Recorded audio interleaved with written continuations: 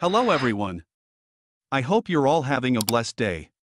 Today, I'm excited to share with you a video that goes beyond entertainment. It's an educational journey, especially for those who are new to the field of construction. In this video, we will explore a comprehensive guide on how to construct a building, taking you through each step of the process.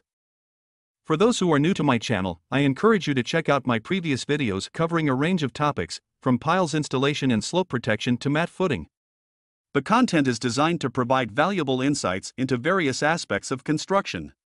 Before we dive into today's video, I kindly ask you to show your support by hitting the like button, leaving your comments, and sharing this video with others who might find it beneficial.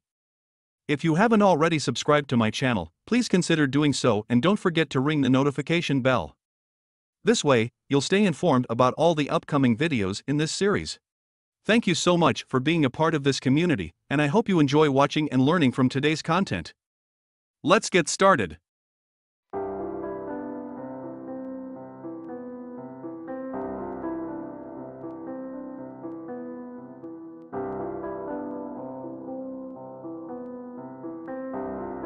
Scaffolding works ay ang pagtatayo at pagkabit ng patayo at pahalang ng mga frames na maaaring gawa sa mga tubo o matigas na kahoy.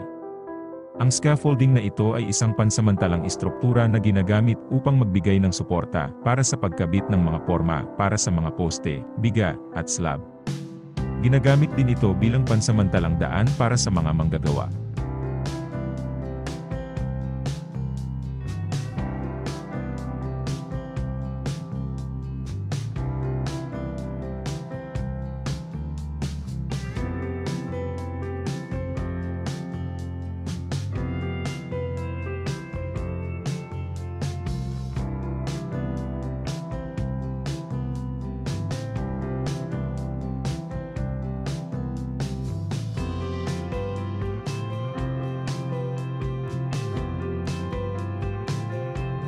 Column stirrups na kilala rin bilang anilyo o singsing. Ito ay ang pagkakabit ng sarado o bukas na mga loob na gawa sa bakal na ginagamit upang hawakan ang pangunahing mga nakatayong bakal sa isang poste. Ang mga anilyo na ito ay nagbibigay ng integridad at lakas ng istruktura sa poste at isang kritikal na elemento sa isang konkretong struktura. Ang pagdudugtong ng bakal sa poste ay isang proseso na kinabibilangan ng pagpapahaba sa mga pangunahing longitudinal reinforcement bar ng isang konkretong poste upang maabot ang huling taas nito. Mangyaring tandaan na ang splicing ay limitado sa hindi bababa sa 50% ng kabuuang mga bakal upang matiyak na ang isang makabuluhang bahagi ng poste ay nananatiling tuloy-tuloy na nagbibigay ng mas mahusay na integridad ng istruktura at kapasidad na nagdadala ng pagkarga. Ang pag-splice sa iba't ibang lokasyon ay nakakatulong na ipamahagi ang load at stress ng mas pantay-pantay sa buong taas ng poste, na binabawasan ang panganib ng purong stress point.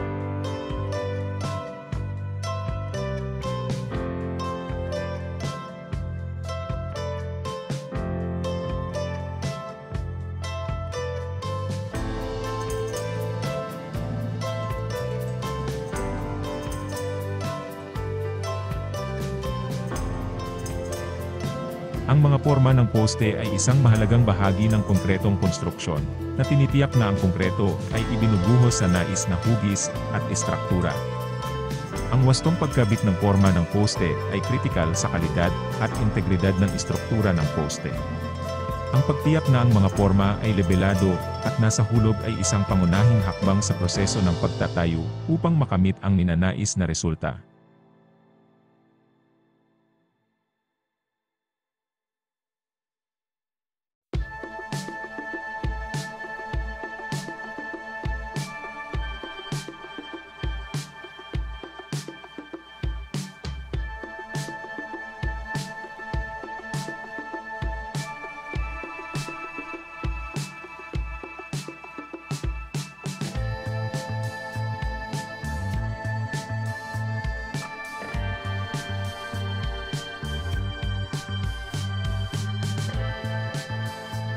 Beam runners. Ang pag-install ng beam runner ay isang mahalagang hakbang sa proseso ng konstruksyon, partikular sa formwork at concrete work.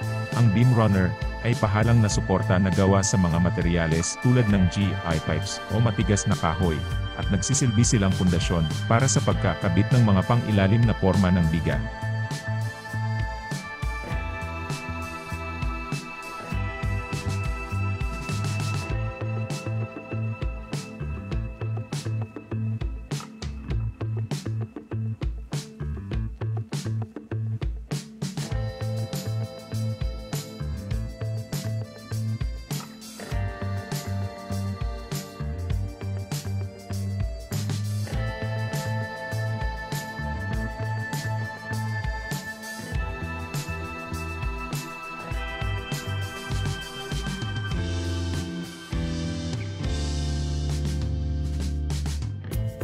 Kapag ang mga beam runner ay wasto ng naikabit at na-level, maaari ka na ngayong magpatuloy sa pagkabit ng pangilalim na porma ng biga. Ang mga porma na ito ay nakakabit sa mga beam runner, at nagsisilbing hulma para sa pagbuhos ng konkreto upang lumikha ng mga bigang struktural.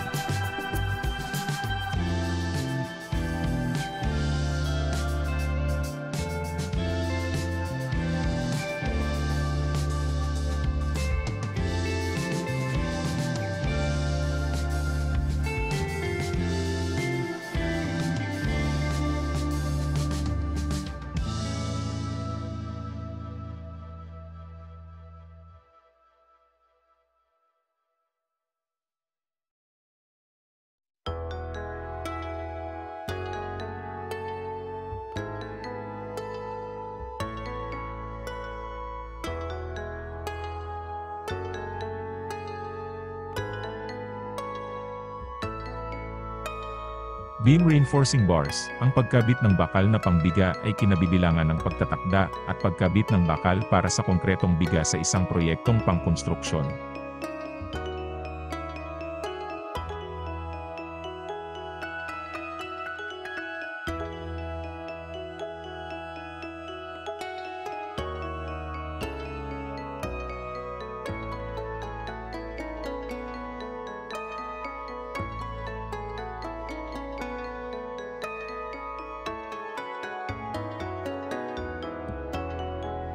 Beam side form, kapag ang mga kinakailangang bakal ay nailagay na ng tama sa loob ng mga biga, ang mga karpintero ay maaari na ngayong magpatuloy sa pagkakabit ng mga panggilid na porma ng biga na kilala rin bilang pangsarado. Ang wastong pagkabit ng mga panggilid na porma ng biga ay mahalaga para sa paglikha ng structurally sound at kanais-nais konkretong biga.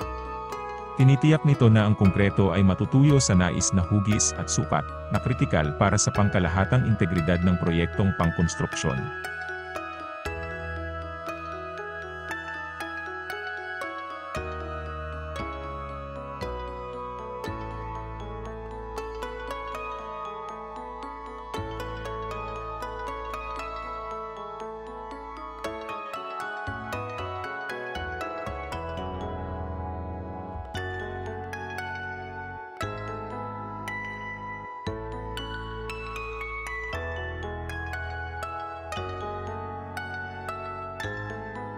Slab joist, tinatawag din itong pamakuan, isang pahalang na istruktura ng suporta na ginagamit sa pagtatayo ng konkretong slab. Mahalaga ang papel nila sa pagbibigay ng pansamantalang suporta para sa mga porma ng slab na ginagamit upang hulmahin at hubugin ang konkreto sa panahon ng proseso ng pagbuhos at pagpapatuyo.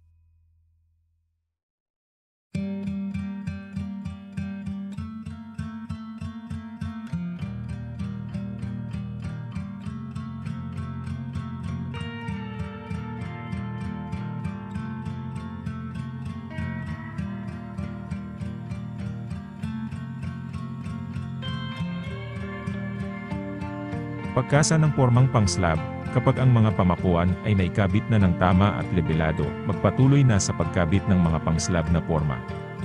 Ang mga porma na ito ay nakasakay sa pamakuan at nagsisilbing hulma para sa pagbuhos ng konkreto upang lumikha ng konkretong slab.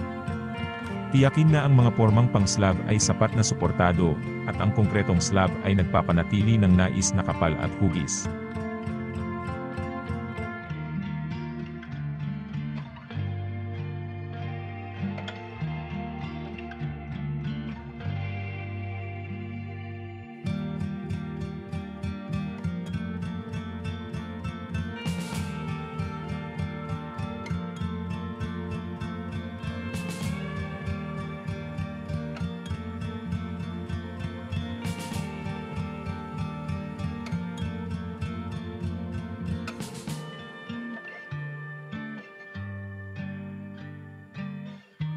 Pagkabit ng mga pangunahing bakal ng slab, kinapapalooban nito ang paglalagay ng mga bakal sa loob ng mga slab form, karaniwang nakaposisyon 20 mm sa itaas ng mga slab form. Ang mga pangunahing bakal na ito ay mahalaga para sa pagbibigay ng tensile strength at structural support sa slab.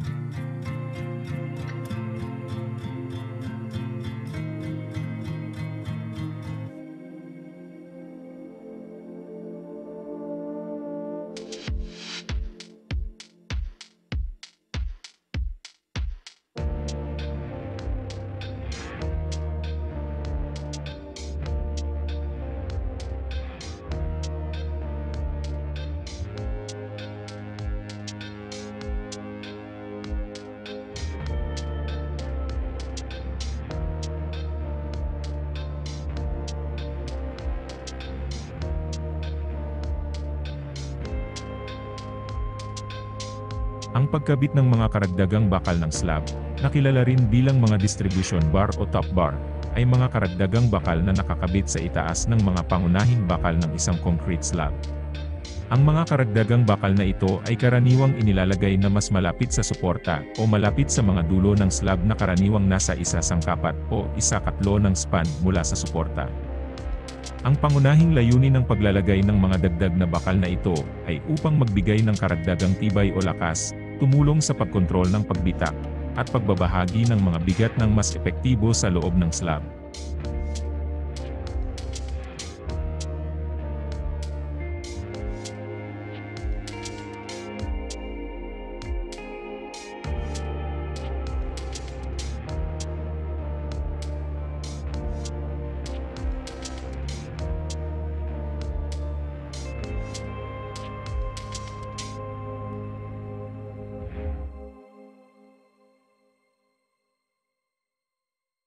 Ang electrical rowing in works ay kinapapalooban ng pagkakabit ng mga tubong PVC o bakal at mga utility boxes na kinakailangan upang suportahan ang mga electrical wiring at devices ng isang gusali.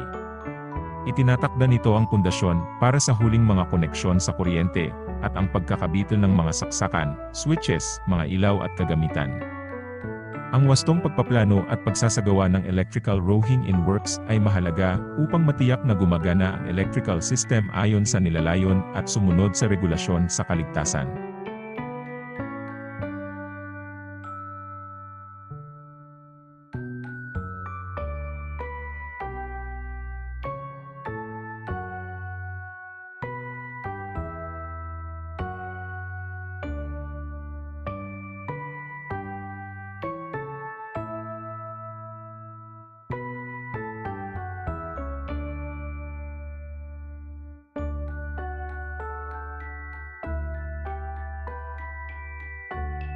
Ang fire protection rowing in work ay isang mahalagang bahagi ng pagtatayo ng gusali, at kinapapalooban nito ang pagkabit ng iba't ibang components at infrastruktura na kinakailangan upang makapagtatag ng sistema ng proteksyon sa sunog. Ang isang mahalagang aspeto ng fire protection rowing in works ay ang pagkakabit ng mga GI pipes, lalo na kapag ang mga GI pipes na ito ay kailangang dumaan sa mga elemento ng istruktura tulad ng mga biga.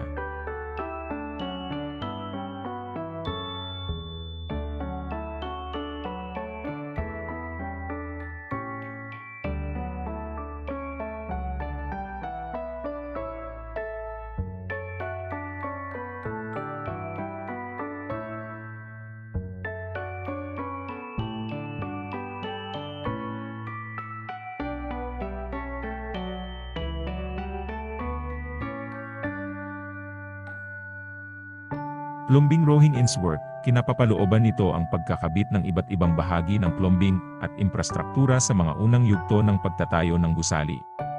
Ang gawaing ito ay mahalaga para sa paglikha ng isang gumagana at mahusay na sistema ng pagtutubero sa isang gusali.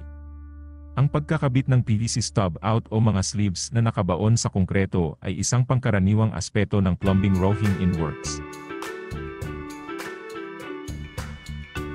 Ang inspeksyon sa istruktura ay isang mahalagang hakbang sa proseso ng pagtatayo upang matiyak na ang mga elemento ng istruktura ng isang gusali, lalo na ang mga kinasasangkutan ng reinforced concrete at steel, ay itinayo alinsunod sa mga naaprobahang plano, mga pagtutukoy, at mga pamantayan sa engineering.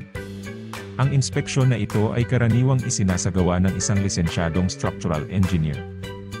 Nakakatulong ito na maiwasan ang mga potensyal na issue na maaaring makompromiso ang integridad ng istruktura at kaligtasan ng gusali.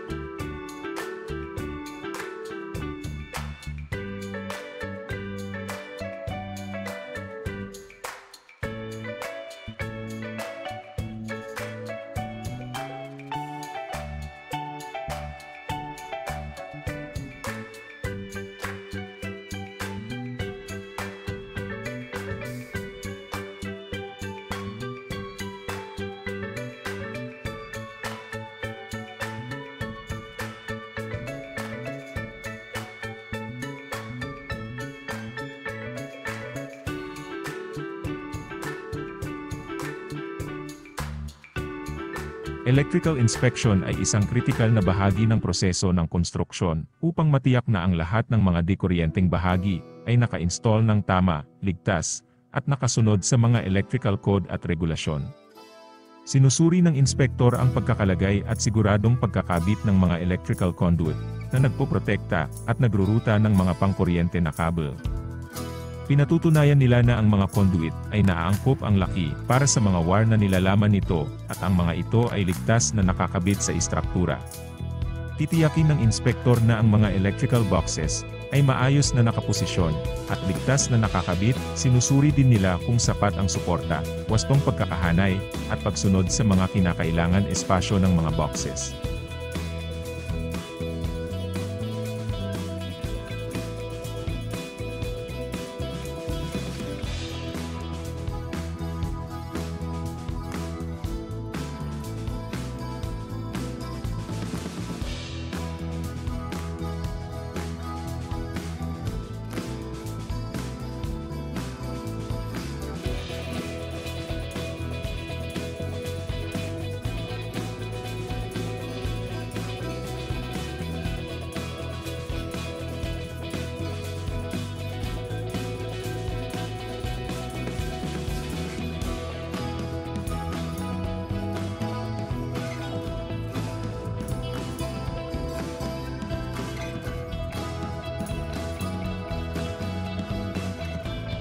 Inspeksyon sa pagtutubero, upang matiyak na sumusunod ito sa mga pamantayan sa kaligtasan, at pagtutubero, susuriin ng inspektor ang nakakabit na PVC stub-out, mga sleeves, at iba pang mga bahagi ng pagtutubero upang i-verify na natutugunan ng mga ito ang kinakailangan ng code.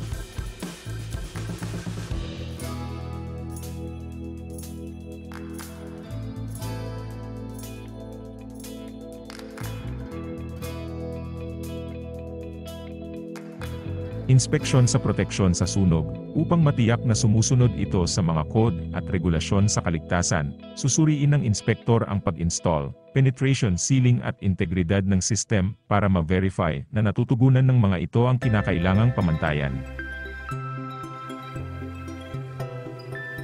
Ang pagsusuri sa temperatura ay isang mahalagang aspeto ng kontrol sa kalidad sa konkretong konstruksyon. Nakakatulong ito upang matiyak na ang konkreto ay nakakamit ang nais na mga katangian at lakas. Ang paghahanda ng konkretong gawain ay isang mahalagang hakbang sa pagtiyak na ang konkreto ay maayos na pinaghalo, inilagay, at nasubok upang matugunan ang mga kinakailangang pamantayan at detalye.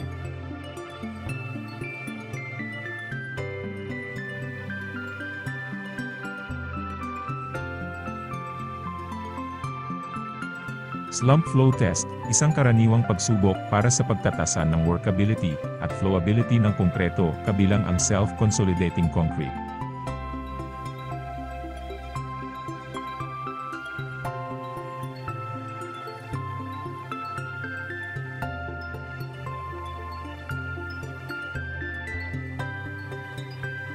Sukatin ang diametro ng pagkalat ng daloy ng konkreto.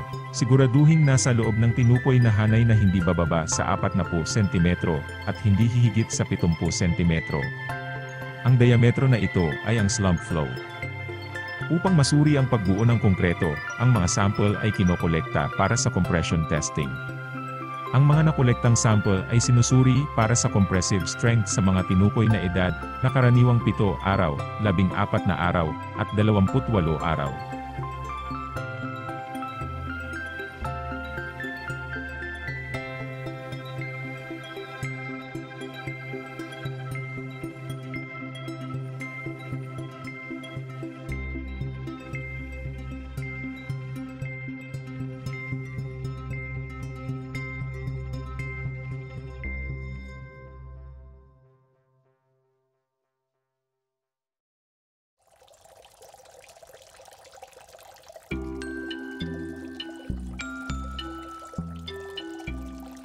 Probisyon ng growth, ito ay isang proseso ng konstruksyon na kinabibilangan ng pagbuhos ng pinaghalong semento, tubig na kilala bilang grout, sa mga puwang, o mga dugtungan sa mga lumang konkretong istruktura o sa pagitan ng konkreto at iba pang mga materyales.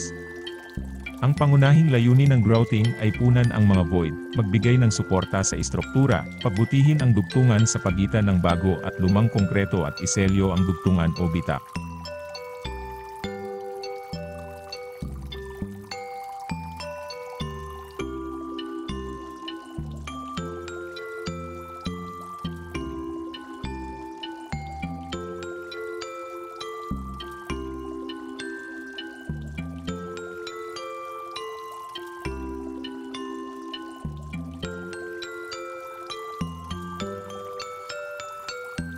Pagkonkreto ng mga poste, huwag hayaang matuyo ang grout bago ibuhos ang sariwang konkreto.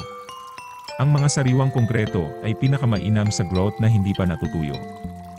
Ang eksaktong timing ay maaaring mag-iba depende sa uri ng grout na ginamit at kondisyon sa kapaligiran, ngunit karaniwan, ang sariwang konkreto ay dapat ibuhos sa grout sa loob ng isang tiyak na window of time, karaniwan na tinutukoy bilang green stage ng grout.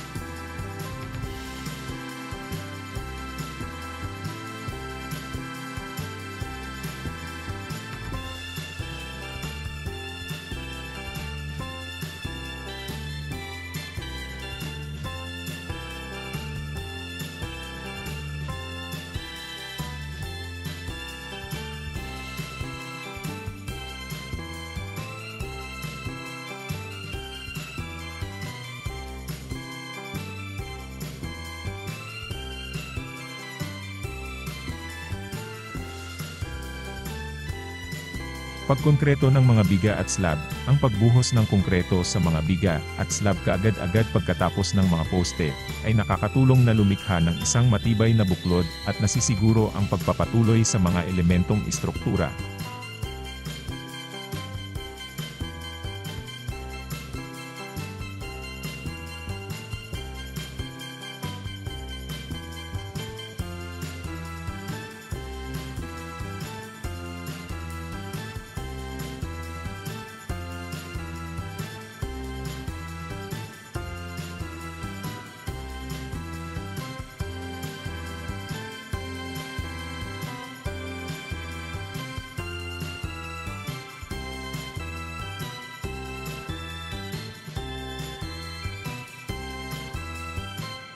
Finishing, matapos ang konkreto ay maibuhos sa mga biga at slab, hayaan muna itong tumigas ng bahagya. Ang tiyempo para sa hakbang na ito ay depende sa mga kondisyon sa kapaligiran at sa klase ng konkretong ginamit. Sa pangkalahatan, mahalagang maghintay hanggang ang konkreto ay pwede nang tapakan ng tao nang hindi nagdudulot ng pinsala o nag-iiwan ng mga impresyon. Bago simulan ang proseso ng pagtatapos, siguraduhin na ang konkreto ay malinis at walang mga labi, labis na tubig, o anumang iba pang mga kontaminado. Ang wastong pagtatapos sa ibabaw ng mga konkretong beam at slab ay mahalaga para sa parehong functional at aesthetic na dahilan. Ang paggamit ng makinis, antas, at pare-parehong ibabaw ay kritikal para sa pagganap at hitsura ng natapos na istruktura. Bukod pa rito, mahalagang tiyakin na ang finishing work ay sumusunod sa detalye ng proyekto at pamantayan ng industriya upang matugunan ang kinakailangan sa kalidad at tibay.